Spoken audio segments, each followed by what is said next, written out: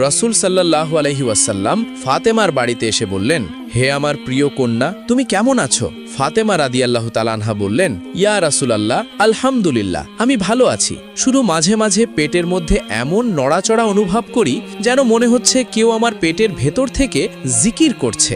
রাসূল সাল্লাল্লাহু আলাইহি ওয়াসাল্লাম অনেক বিস্মিত হয়ে বললেন, এ সন্তান একজন নেককার সন্তান হবে, তার অন্তর আল্লাহর জিকিরে ভরা থাকবে।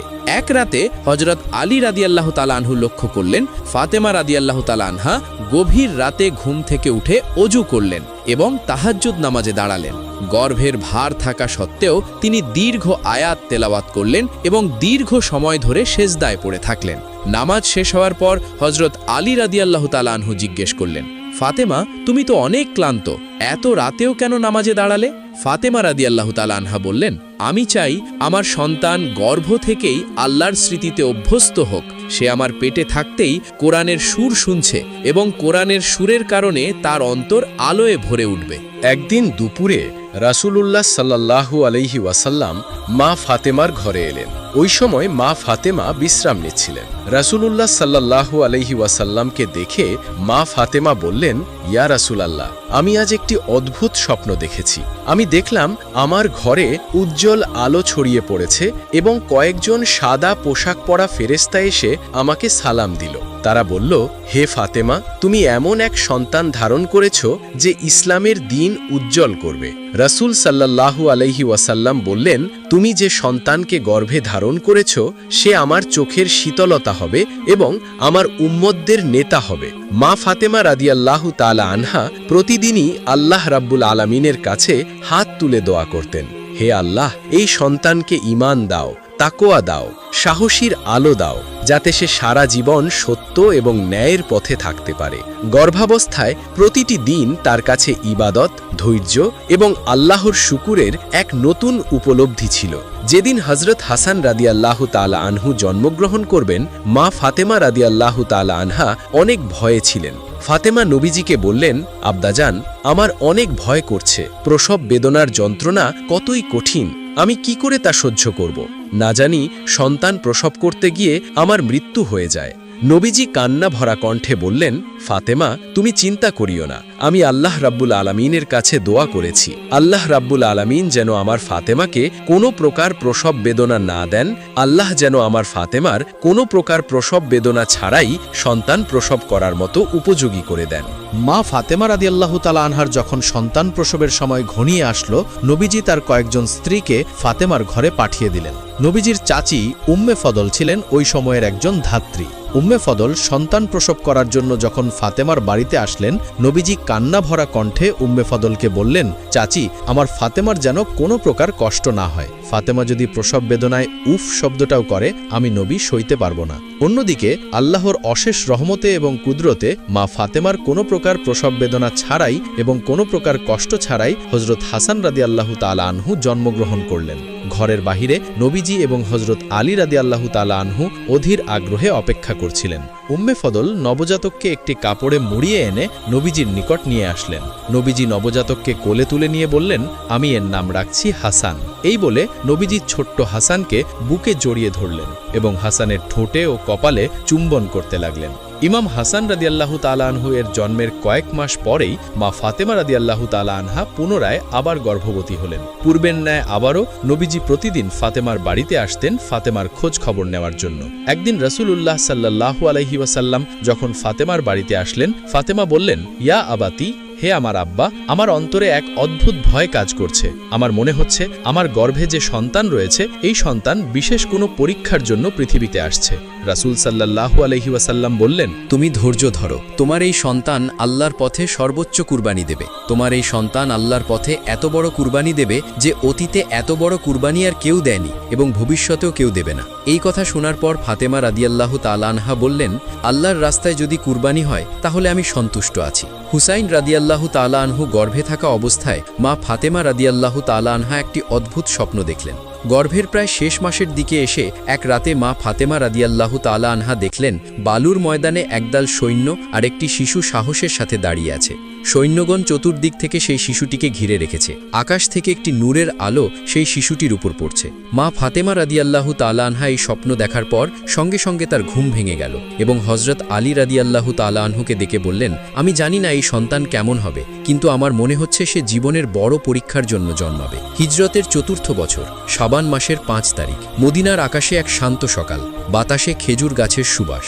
হযরত ফাতেমা রাদিয়াল্লাহু তাআলা আনহা তখন দ্বিতীয়বারের মতো মা হতে চলেছেন। ইমাম হাসান রাদিয়াল্লাহু তাআলা আনহুয়ের জন্মের ১ বছরের মাথায় হুসাইন রাদিয়াল্লাহু তাআলা আনহুর আগমন ঘটে। বাড়ির ভেতরে নীরবতা, শুধু বাহিরে থেকে মসজিদের আজানের সুর ভেসে আসছে। ফাতেমা রাদিয়াল্লাহু তাআলা আনহার চারপাশে কয়েকজন মহিলা সাহাবী উপস্থিত ছিলেন। তাদের মধ্যে ছিলেন উম্মে সালামা এবং উম্মে ফদল রাদিয়াল্লাহু তাআলা আনহা। মা ফাতেমা রাদিয়াল্লাহু তাআলা আনহুর ঘরের বাহিরে অপেক্ষা করছিলেন নবীজি সাল্লাল্লাহু আলাইহি ওয়াসাল্লাম এবং হযরত আলী রাদিয়াল্লাহু তাআলা আনহু। পূর্বের ন্যায় মা ফাতেমা রাদিয়াল্লাহু তাআলা আনহা কোনো প্রকার প্রসব বেদনা এবং কোনো প্রকার যন্ত্রণা ছাড়াই দ্বিতীয় সন্তান প্রসব করলেন। শিশুটির জন্মের পর উম্মে ফদল নবীজিকে বললেন, আপনার আরও একজন নাতি হয়েছে। এই কথা শোনার পর হযরত আলী রাদিয়াল্লাহু তাআলা আনহু এবং রাসূলুল্লাহ সাল্লাল্লাহু আলাইহি ওয়াসাল্লাম ফাতেমার ঘরে প্রবেশ করলেন। মা ফাতেমা রাদিয়াল্লাহু তাআলা আনহা তার সন্তানের মুখের দিকে তাকালেন। চেহারায় নূরের আভা, ঠোঁটে হালকা নড়াচড়া, যেন জন্মের পর থেকেই আল্লাহর জিকির করছে। রাসূলুল্লাহ সাল্লাল্লাহু আলাইহি ওয়াসাল্লাম শিশুটিকে কোলে তুলে নিলেন, বুকে জড়িয়ে ধরলেন এবং কানে আজান ও একামাত দিলেন। নবীজি একটি খেজুর চিবিয়ে শিশুটির মুখে দিলেন। অতঃপর রাসূল সাল্লাল্লাহু আলাইহি ওয়াসাল্লাম বললেন, আমি এর নাম রাখলাম হোসেন। হযরত হোসেন রাদিয়াল্লাহু তাআলা আনহু এর জন্মের ৭ম দিনে রাসূলুল্লাহ সাল্লাল্লাহু আলাইহি ওয়াসাল্লাম তার জন্য আকিকা করলেন। 2টি ভেড়া জবাই করা হলো এবং হোসাইনের মাথার চুলের সমপরিমাণ রূপা সাদকা করে দেওয়া হলো। রাসূলুল্লাহ সাল্লাল্লাহু আলাইহি ওয়াসাল্লাম হোসাইনের জন্য দোয়া করলেন। আল্লাহ রাব্বুল আলামিনের নিকট বললেন, হে আল্লাহ, আমি তাকে এবং তার সন্তানদেরকে তোমার কাছে সঁপে দিলাম, তুমি তাদেরকে শয়তানের হাত থেকে রক্ষা করো। মা ফাতেমা রাদিয়াল্লাহু তাআলা আনহা দুইজনকেই একসঙ্গে দুধ পান করাতেন। সংসারের কাজকর্ম করা এবং 2 জন শিশুকে একসাথে সামলানো মা ফাতেমার জন্য কষ্টসাধ্য হয়ে উঠেছিল। মা ফাতেমার এই কষ্ট দেখে নবীজি সবসময় হাসান এবং হোসাইনকে নিজের কাছে রাখার চেষ্টা করতেন। দিনের বেশিরভাগ সময় হাসান এবং হোসাইন নবীজির কাছেই থাকতেন। একদিন মা ফাতেমার ঘরে নবীজি হাসান এবং হোসাইন দুজনকেই কোলে নিয়ে বসেছিলেন। এমন সময় সেখানে ফেরেশতা জিব্রাইল আলাইহিসসালাম উপস্থিত হলেন। ফেরেশতা জিব্রাইল আলাইহিসসালামের হাতে ছিল একটি কাচের বোতল এবং একটি চিঠি। জিব্রাইল আলাইহিসসালাম নবীজিকে এসে বললেন, ইয়া রাসূলুল্লাহ, আল্লাহ রাব্বুল আলামিন আপনার কাছে একটি চিঠি প্রেরণ করেছেন। নবীজি জিজ্ঞাসা করলেন, কিসের চিঠি? ফেরেশতা জিব্রাইল আলাইহিসসালাম বললেন, ইয়া রাসূলুল্লাহ, এই চিঠির মধ্যে লেখা আছে আপনার এই 2 নাতিকে আল্লাহ রাব্বুল আলামিন ইসলামের জন্য কবুল করেছেন।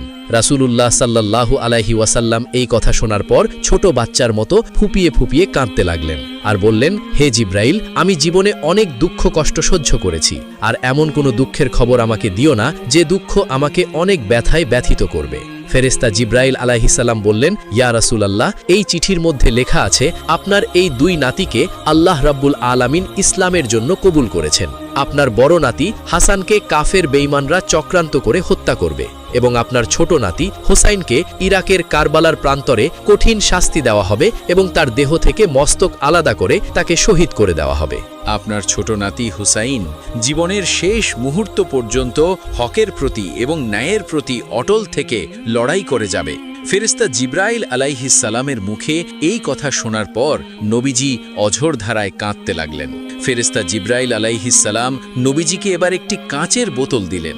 জিব্রাইল আলাইহিসসালাম বললেন, ইয়া রাসূলুল্লাহ, এই পাথরের টুকরোগুলো যেদিন রক্তে পরিণত হবে সেদিন আপনার কলিজার টুকরা নাতি কারবালার প্রান্তরে শহীদ হয়ে যাবে। নবীজি সেই কাঁচের বোতলটি যত্ন সহকারে রেখে দিলেন। একদা হযরত আলী রাদিয়াল্লাহু তাআলা আনহু মদিনার একটি বাজারে হাঁটছিলেন। হঠাৎ তিনি দেখতে পেলেন একজন ইহুদি তার হারিয়ে যাওয়া বর্মটি হাতে নিয়ে দাঁড়িয়ে আছে। সেই বর্মটি ছিল তার প্রিয় সম্পদ, যা তিনি বহুদিন আগেই হারিয়ে ফেলেছিলেন। আলীর চোখে মুখে অবাক হওয়ার ছাপ ফুটে উঠল, কিন্তু তিনি ধীর ও শান্ত সুরে ইহুদিকে বললেন, হে ইহুদি, এই বর্মটি আমার, আমি তো কখনোই এটিকে কাউকে দান করিনি বা কারো কাছে বিক্রিও করিনি। তুমি কোথা থেকে এটি পেলে? ইহুদি স্বাভাবিক কণ্ঠে উত্তর দিলেন, এটি আমার বর্ম, আমি এটি বহুদিন ধরে ব্যবহার করছি, আর দেখুন এটি আমার হাতেই রয়েছে।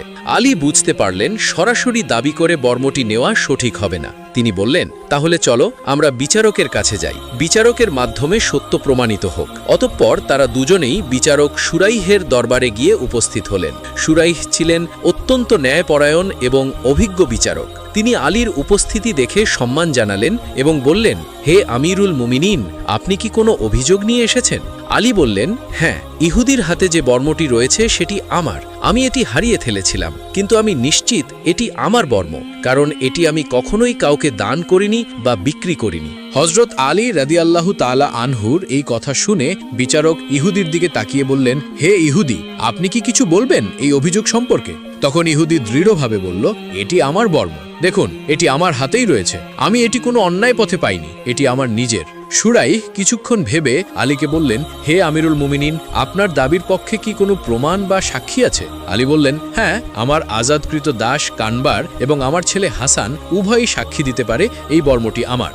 শুরাইহ মাথা নিচু করে শান্তভাবে বললেন, হে আমিরুল মুমিনিন, ইসলামের আইন অনুসারে বাপের পক্ষে ছেলের সাক্ষ্য গ্রহণযোগ্য নয়, আর কানবার একা সাক্ষী হিসেবে যথেষ্ট নয়, সুতরাং প্রমাণের অভাবে এই বর্মটি ইহুদিরই অধিকারে থাকবে। তখন হজরত আলী রাদিয়াল্লাহু তাআলা আনহু নীরবে শুরাইহের রায় মেনে নিলেন। তার মুখে কোনো রাগ বা হতাশার চিহ্ন ছিল না। তার আচরণ দেখে উপস্থিত সবাই হতভম্ব হয়ে গেল।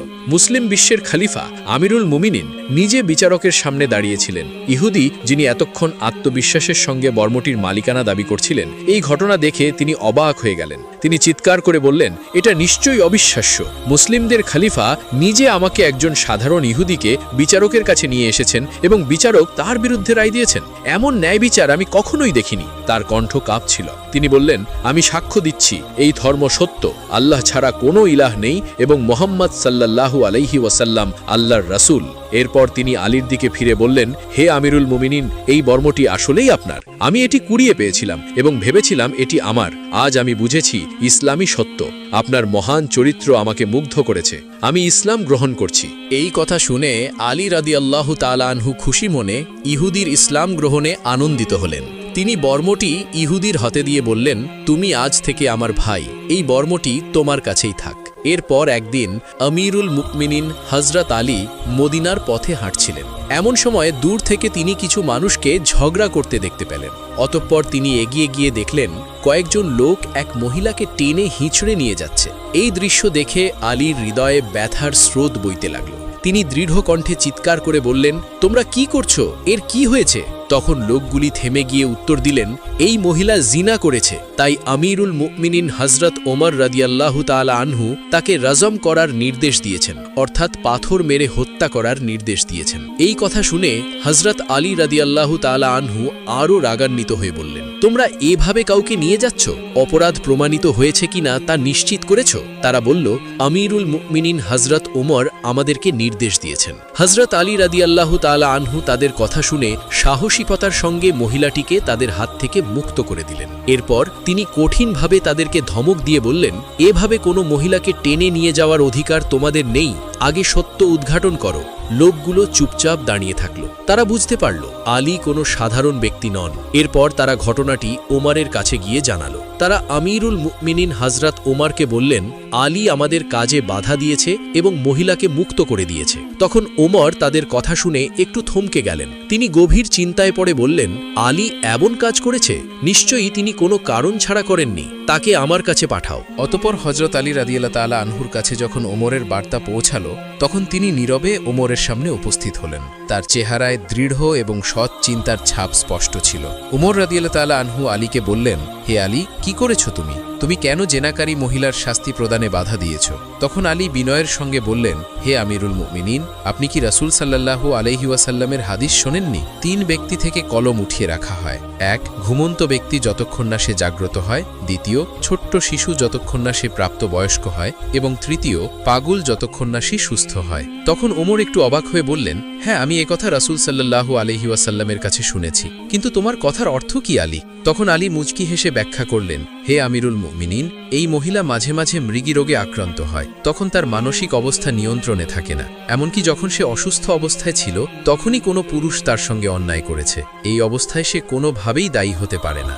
হযরত আলী রাদিয়াল্লাহু তাআলা আনহুর মুখে এই কথা শুনে ওমরের মুখে গভীর উপলব্ধির ছাপ ফুটে উঠল। তখন ওমর রাদিয়াল্লাহু তাআলা আনহু মাথা নেড়ে বললেন, তুমি সঠিক বলেছ আলী, এক্ষেত্রে মহিলার প্রতি অন্যায় করা ঠিক নয়, তাকে মুক্ত করে দাও। সেদিন ওমর আলীর বিচার বুদ্ধি এবং ধর্মীয় জ্ঞান দেখে মুগ্ধ হয়েছিলেন এবং সেই মহিলাকে মুক্ত করে দেয়া হলো। এরপর একদিন সাহাবারা একত্রিত হয়ে একটি মজলিসে বসেছিলেন। তাদের মধ্যে আমিরুল মুমিনিন হযরত ওমর রাদিয়াল্লাহু তাআলা আনহু এবং হযরত আলী রাদিয়াল্লাহু তাআলা আনহু উপস্থিত ছিলেন। সেই মজলিস থেকে হঠাৎ করে এক বৃদ্ধ দাঁড়িয়ে বলতে লাগলেন, হে আমিরুল মুমিনিন হযরত ওমর, আমার ভেতরে 8টি কথা আছে। আমি সেই 8টি কথা আপনার সামনে প্রকাশ করছি, তারপর আপনি আমাকে বলবেন আমি কেমন মানুষ। হযরত ওমর ফারুক রাদিয়াল্লাহু তাআলা আনহু ভাবতে লাগলেন, মানুষটি হয়তো বলবে আমার ভেতরে যে 8টি কথা আছে তার মধ্যে প্রথম কথা হলো আমি নামাজ পড়ি, রোজা রাখি, যাকাত দেই, হজ করি এবং গরিবদের সাহায্য করি। সেজন্য হয়তো ওমর বললেন, আচ্ছা ঠিক আছে, সেই 8টি কথা আপনি সবাইকে জানিয়ে দিন, তাহলে মানুষের অনেক উপকারে আসবে। তারপর আমি আপনাকে জানিয়ে দেব আপনার ঈমান কতটা মজবুত আছে। তখন সেই বৃদ্ধ ব্যক্তি আমিরুল মুমিনিন হযরত ওমর ফারুক রাদিয়াল্লাহু তাআলা আনহুকে বললেন, হে ওমর, আমার ভেতরে যে কথাগুলি আছে সেই কথাগুলো তো আগে শুনে নিন। সেই 8টি কথার মধ্যে প্রথমটি হলো আমার জান্নাতে যাবার কোনো তামান্নাই নেই, মানে আমার জান্নাতে যাবার কোনো ইচ্ছাই নেই। তখন হযরত ওমরের চেহারার রং কিছুটা পরিবর্তন হয়ে গেল। তিনি ভাবতে লাগলেন, আশ্চর্য কথা তো, জান্নাতে যেতে চায় না। তখন বৃদ্ধ ব্যক্তি হযরত ওমরের চেহারার দিকে তাকিয়ে বলতে লাগলেন, এটি তো প্রথম কথা, আপনি দ্বিতীয় কথাটি শুনুন। দ্বিতীয় কথা হলো আমার জাহান্নামকে ভয় লাগে না, মানে আল্লাহ যে জাহান্নামকে বানিয়েছেন তাকে আমি ভয় পাই না। হযরত ওমর এবার একটু নড়ে চড়ে বসলেন। তখন সেই বৃদ্ধ ব্যক্তি বলতে লাগলেন, হে আমিরুল মুমিনিন, সুস্থ হয়ে বসে যান, আমার 6টি কথা এখনো বাকি আছে, কিন্তু তার আগে আমাকে কথা দিতে হবে যে আপনি মোটেও রাগ করবেন না। এবার আমার তৃতীয় কথাটি শুনুন, আমি যদি কোনো মৃত জন্তুকে পাই তাহলে তাকে খেয়ে নেই। হযরত ওমর বললেন, আপনি কি মরা খান? বৃদ্ধ বললেন, হে ওমর, আপনি কথা দিয়েছেন আমি এই 8টি কথা যতক্ষণ পর্যন্ত না সম্পন্ন করব ততক্ষণে আপনি কোনো রকম রাগ করবেন না। এবার আমার চতুর্থ কথা শুনুন, আমি কোনো কিছুকে না দেখেই সাক্ষী দিয়ে দিই, মানে আমি কোনো চিন্তা ভাবনা না করে সাক্ষী দিয়ে দিই। হযরত ওমর বললেন, না না, এটা আপনি ভুল বলেছেন। বৃদ্ধ বললেন, এটাই সঠিক, আপনি বসে পড়ুন, আপনি আমাকে কথা দিয়েছেন। আমার পঞ্চম কথা হলো যদি কোনো ফিতনা আসে তাহলে আমি খুবই খুশি হই, মানে কোনো রকম ফিতনা দেখলে আমার খুবই ভালো লাগে। এবার হযরত ওমর নিজের রাগকে সহ্য করে বললেন, তাড়াতাড়ি বলুন আপনার 6 নম্বর কথাটি। বৃদ্ধ বললেন, 6 নম্বর কথা হলো আমাকে কেউ যদি এসে সত্য কথা বলে তাহলে আমি তাকে খুবই ঘৃণা করি, মানে সত্য কথাকে আমি খুবই ঘৃণা করি। এমন কথা শুনে হযরত ওমরের চেহারার সামান্য পরিবর্তন হয়ে গেল। তখন বৃদ্ধ বললেন, আমার 7ম কথা হলো আল্লাহর রহমত আসলে আমি পালিয়ে যাই। আর আমার 8ম কথা, যেটিকে আপনি খুবই ভালো করে মন দিয়ে শুনুন, ইহুদি এবং ঈসা যে কথা বলে সেটিকে আমি সঠিক বলি, মানে আমি তাদের কথাকে সঠিক বলে মনে করি। ব্যক্তিটি বললেন, হে আমিরুল মুমিনিন, আমার এই 8টি কথা সম্পূর্ণ হয়ে গেছে, বলুন আপনি আমার সঙ্গে কি করবেন। এই কথাগুলো শোনার পর হযরত ওমর খাড়া হয়ে দাঁড়িয়ে গেলেন আর বললেন, এত ভুলভাল 8টি কথা, আমার তো মন চাইছে আমি আপনার উপর ফতোয়া জারি করে দেই যে আপনি ঈমান থেকে বের হয়ে গেছেন, আর আমার ইচ্ছা হচ্ছে আপনার উপর বেতের আঘাত করি, আপনার শরীরকে ছিন্ন ভিন্ন করে দেই। এমন কথা বলে হযরত ওমর বেতটিকে ওঠাতে যাচ্ছিলেন, আর পাশে উপস্থিত থাকা হযরত আলী হযরত ওমরের দিকে তাকিয়ে বললেন, হে আমিরুল মুমিনিন, আপনি থেমে যান। এই বৃদ্ধ ব্যক্তি সেই কথাগুলো বলেছে যেখান থেকে তিনি আপনি এবং আমার থেকে ঈমানে অনেক বেশি এগিয়ে গেছেন। তখন হযরত ওমর চিন্তায় পড়ে গেলেন আর ভাবতে লাগলেন, হযরত আলী বলছে কি, বৃদ্ধ আমাদের থেকে ঈমানে বেশি এগিয়ে গেছে, তাহলে তো নিশ্চয়ই এর পেছনে কোনো কারণ অবশ্যই উপস্থিত আছে।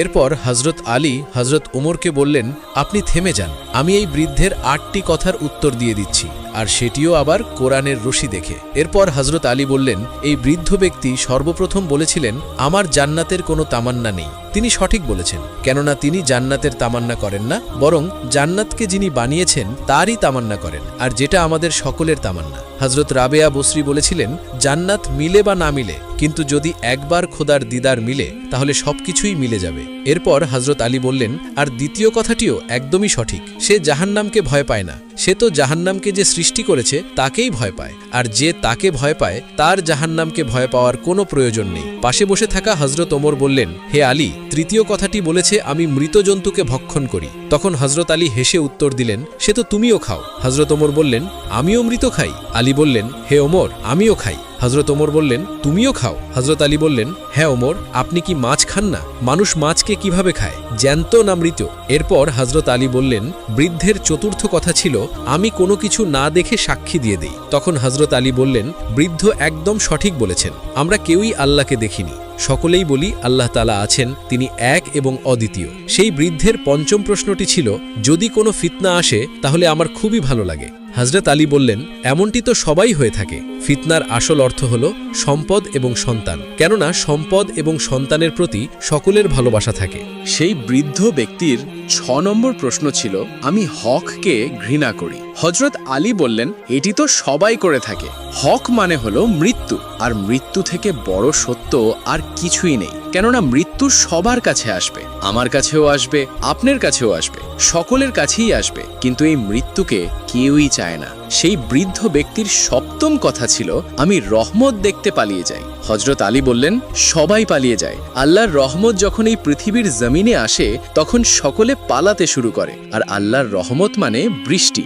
যখন বৃষ্টি আসে তখন সকলেই ঘরের দিকে পালাতে শুরু করে। এরপর সেই ব্যক্তির অষ্টম যে কথাটি ছিল সেটি শুনে হজরত উমর বললেন, হে আলী, তুমি তো 7টি কথার প্রমাণ করে দিয়েছ, কিন্তু এই 8 নম্বর কথা যে সে বলেছে সেটি একেবারেই মিথ্যা, তার কোনো উত্তর থাকবে না। কেননা সে বলেছে ইহুদি এবং ঈসা যা বলে তা সত্য। তখন হজরত আলী বললেন, বৃদ্ধ ব্যক্তি একদম সঠিক বলেছেন, ইহুদিরা যা বলে সেটাও সত্য, আবার ঈসা যা বলে সেটাও সত্য। হজরত ওমর ভাবতে লাগলেন, ইহুদিরাও সত্য বলে আর ঈসাও সত্য বলে, এটি কিভাবে সম্ভব? তখন হজরত আলী বললেন, যদি কোনো ইহুদিকে জিজ্ঞেস করা হয় তখন তারা বলবে ঈসা ভুল পথে চলতে শুরু করেছে, আর যদি খ্রিস্টানদের জিজ্ঞেস করা হয় তখন তারা বলবে ইহুদিরা সত্যের পথ থেকে সরে গিয়েছে। আর আমাদের এটিই ঈমান যে খ্রিস্টানরা নিজেদের রাস্তা থেকে সরে গিয়েছে, আবার ইহুদিরাও নিজেদের রাস্তা থেকে সরে গিয়েছে, কিন্তু সত্যের রাস্তায় যিনি দাঁড়িয়ে আছেন তিনি হলেন হজরত মুহাম্মদ সাল্লাল্লাহু আলাইহি ওয়াসাল্লাম।